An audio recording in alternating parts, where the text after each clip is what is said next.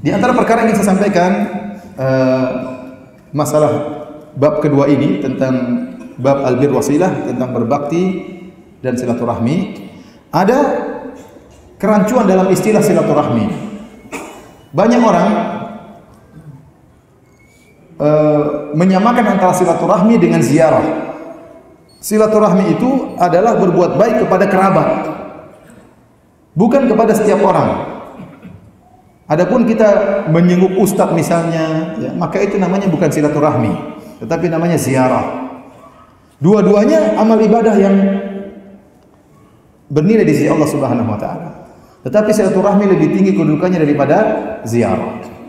Sekarang istilah ini jadi rancu di tanah air kita, kemana-mana kita bilang apa? Silaturahmi. Saya mau silaturahmi sama ustaz. Apa hubungan kerabat engkau? Enggak ada. Ya, kamu orang apa? Saya orang Jawa. Ustaz orang Papua. Ya, apa hubungannya?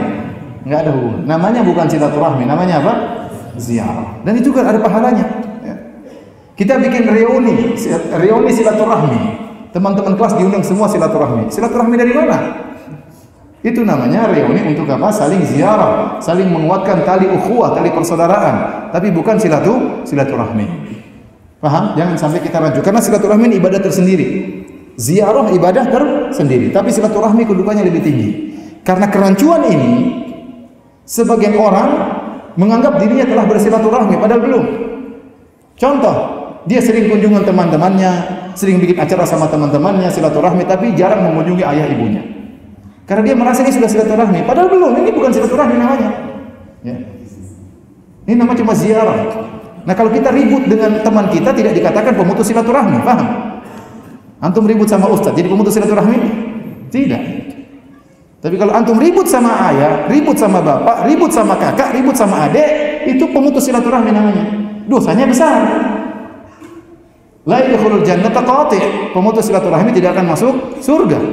Ya, adapun antum ribut sama orang, ada dosanya, tetapi tidak seperti dosa pemutus silaturahmi. Maka saya ingin sampaikan tentang dua istilah ini yang sekarang jadi rancu.